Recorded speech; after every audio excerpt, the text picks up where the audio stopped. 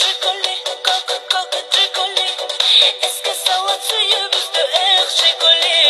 Кошуна гүлү, сени менде кызгандырган ошол күнү. Ай-яй-яй, Жигули, кока-кока, Жигули. Эске TikTok'a girsem bile kök jiguli ay kök jiguli deyt anан койчой кичкене жүгүлүн ырдай бересиңер деп туруп мен Матис жөнүндө ырсал салдым, жазып салдым. То есть Матис дагы кыйын болот, Матис айдап жүргөндөрүң шарда толот. Ошолордун бирөөсү мына эми күндө мени ташып жүргөн чалым болот. Ошто дагы Бишкекте бүт жерлерде Матис Тикко иштеп жүрөт таксилерде.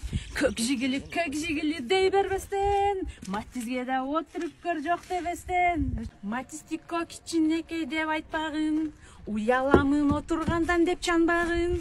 Матиске да жете албаган канчалар бар, отурбайм деп сен бир күнү жөө калбагын. Ой, бүттү.